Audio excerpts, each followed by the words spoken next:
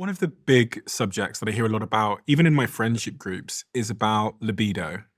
I've got so many stories in my friendship group of either one or both partners losing their libido. So on this subject matter of libido, it's kind of where I wanted to start this conversation. What is the most frequent and popular reason why men and women struggle with libido problems? And how much of that is about compatibility? Yeah, good question. Libido is multifactorial. There's many pieces of libido. It's very complex, and I'll give you some important components. First, it could be hormonal. And the mnemonic I teach the residents is PET. The four hormones that can affect someone's libido are prolactin, estrogen, thyroid, and testosterone. So you have to check the PET. If the prolactin's elevated, the libido goes down. If the testosterone's low, the libido goes down. So maybe it's a hormonal issue, which could be it. And particularly many women who go through menopause suffer from hormonal issues, and it could be a hormonal issue. The second is something called neurotransmitters. So in other words, serotonin, norepinephrine, dopamine. Dopamine goes up, libido goes up. Serotonin goes up, libido goes down. So these all regulate how someone's libido will function. So one of the biggest culprits for low libido are antidepressants. What do antidepressants do? They increase serotonin and they decrease libido. So sometimes it's a medication or something that a patient's taking that will shut down their libido. For example, a medication that men take for urinary function called finasteride shuts down their libido. So there are certain things that you have to look at. The other components are lifestyle. Diet, exercise, sleep, and stress reduction, particularly fatigue and stress. If a woman is tired and she's exhausted and she has to choose between sex and sleeping at night, many times she may choose sleep. If Me as well. right, I'm just saying, Yeah, like, yeah, so yeah. fatigue is important. Yeah. Stress, and there's this cliche, this mnemonic, this saying that with stress is kind of interesting. Typically, if a man has a very stressful day, he will want to have sex to relieve his stress. Women have to relieve their stress to engage in sexual activity. It's kind of the opposite. You know what I mean? So I tell men, if you really want to have sex with your wife, do the dishes, take out the trash, do everything you can to tuck the kids in bed early, relieve her stress, because that will significantly increase her desire to engage in sexual activity. But the other one is psychogenic. And so, we talked about that earlier. Sex has a huge mental component, your relationship with your partner, how close you feel with your partner. So sometimes patients come to me and they're in an abusive relationship and they say, give me the pill that improves my libido. I say, it's not going to work. I mean, the essence, the core, the foundation is not working. And therefore, it's really important for them to see a sex therapist. One thing for men that actually shuts down their libido is when they start developing erectile dysfunction.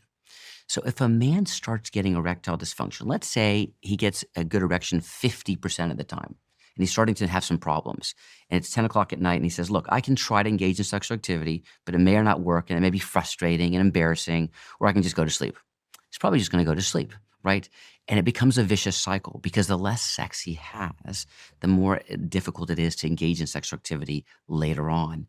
And so you may interpret this as a low libido, but he's really just avoiding it because he doesn't want to deal with it, right?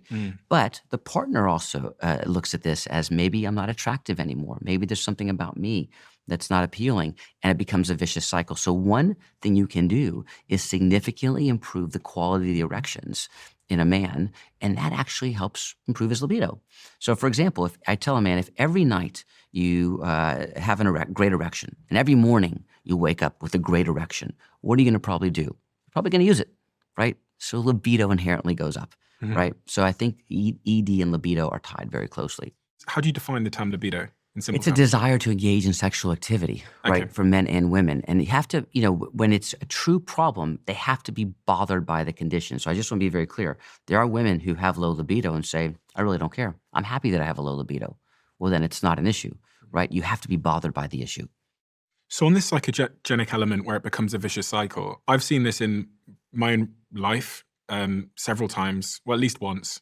And I've seen it in some of my friends where because there's a bedroom issue, when you go to the bedroom, you're both a little bit anxious and then one of you can't perform. And if you can't perform, it exacerbates the issue. And it creates this sort of vicious downward spiral of like, it makes the bedroom like a really awkward place to be. And this is how I think about when you're talking about psychogenic component. So in the case of erectile dysfunction, if you're thinking as a man, God, if I go to the bedroom, I'm not going to be able to get it hard. I'm not going to keep it up. It's going to be embarrassing. She's then going to ask me questions. She's going to think I'm not into her, which just makes it even harder. Because as a man, like, I perform best when I'm really not thinking about it and I'm like not anxious and when I'm stress free. Right. And it seems to me that the like antithesis, the opposite of great sex is like overthinking. You're 100% correct. And this is what happens. Let's say a man gets ED just one time, young man. He says, that was really odd. And what's wrong? You know what he does next time he has sex? As he's having sex, he says to himself, I hope I don't lose my erection. I hope I don't lose my erection. The second he says that to himself as he's having sex, he's going to lose his erection, right? Because he's so worried that he's going to lose the erection and not enjoying the experience. So now it's happened twice. So now he engages sexually the third time. And now he's even more freaked out because it's happened twice.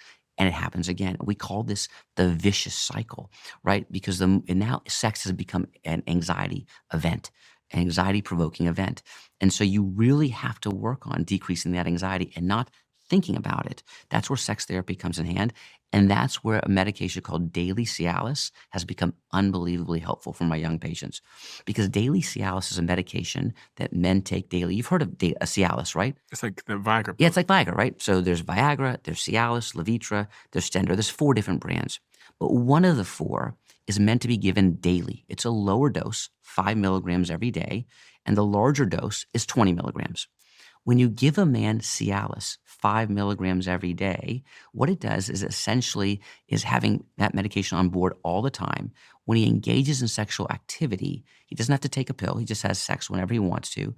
And I found that to be unbelievably helpful in breaking psychogenic ED. Because now that's exactly what that is. On the table. Yeah, that's exactly what it is. Yeah, and so these are pills that are in the U.S. But what's nice is they used to be very expensive.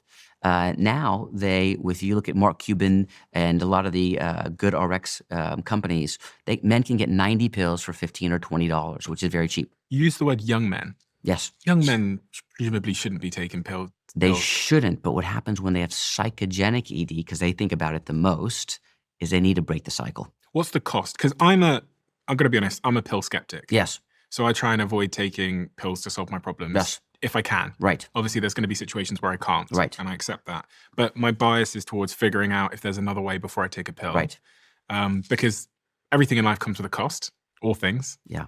So there must be a cost to taking a pill to solve this problem. Well, the actual monetary cost is unbelievably cheap. Monetary cost is, I'm thinking about like, do I then get dependent on this? Yes. Do I have to take this for the rest of my life? So there's no dependency. Let me tell you why I think that drug is so important. That daily Cialis has one of the only things, in my opinion, that actually reverses erectile dysfunction. So let's backtrack. I'll give you an example. Let's say today you break your leg, okay? I have 2 options, Stephen. I can fix your leg, or I can give you Vicodin, a narcotic. And if I give you the Vicodin or the narcotic, you'll still be able to walk until the Vicodin no longer works, and we're in trouble. Viagra is a Vicodin. It is not a cure for your erectile dysfunction. It's just masking the problem. Daily Cialis, in my opinion, is one of the few things that helps cure ED. If you look at studies and you look at a penile tissue and we biopsy the tissue and then you biopsy 3 months later on daily Cialis, it physically gets stronger. So let's say you go to the gym today and ask you to lift dumbbells. What's going to happen to your arm? It will hypertrophy. With daily Cialis, we see hypertrophy of the smooth muscle, meaning it gets physically stronger. So in my opinion, it's one of the best things to prevent ED in the future, help reverse the ED process.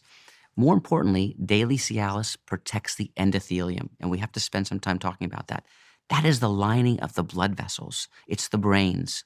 And the lining of the blood vessels is very important because once that gets injured, you start getting clot or plaque, which will get a heart attack, a stroke, and erectile dysfunction. So it protects the lining of the blood vessels.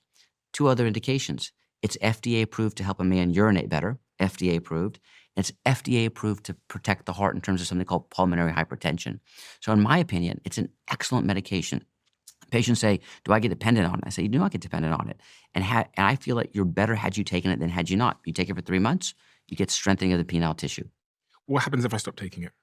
If you stop taking it, there's a wonderful study by Aversa, and what he showed was that those patients that stopped taking it after 3 months versus placebo still had benefit in terms of endothelial function protection and erectile function protection than those people that took placebo. So thinking about saying, hey, if I go to the gym and I work out for 3 months, what happens if I stop? I say, well, Stephen, you're better off had you gone to the gym for 3 months. That's my opinion.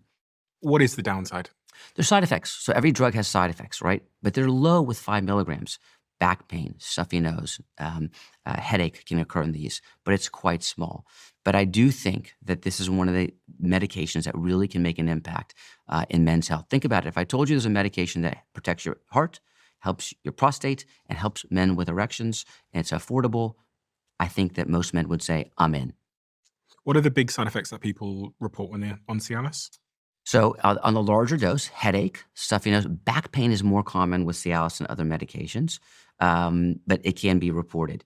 Remember, you shouldn't take these medications if you're taking a nitrate because it can drop your blood pressure.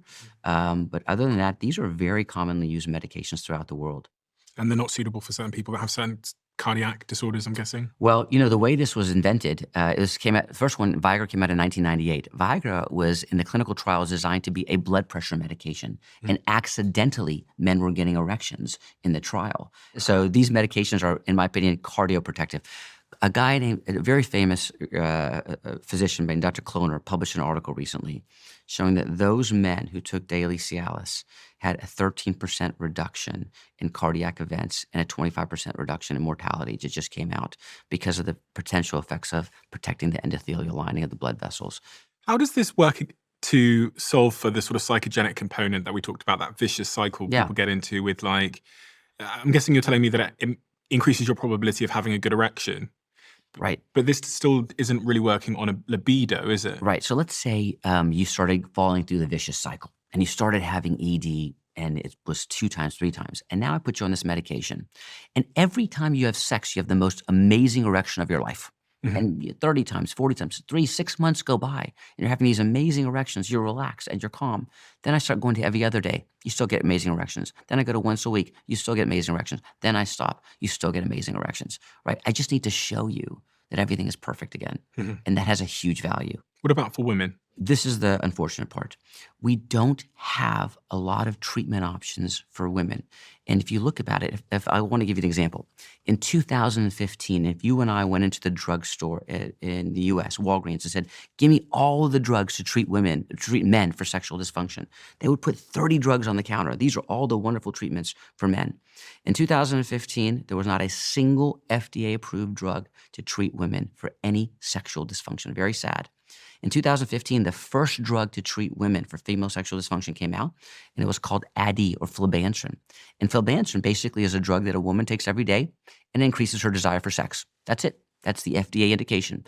Increases her desire for sex. Several years later, the second drug for women came out. This was called Vyleesi, or bremelanotide. Essentially, it's an injection that she takes 45 minutes prior to intercourse, and it increases her desire for sex.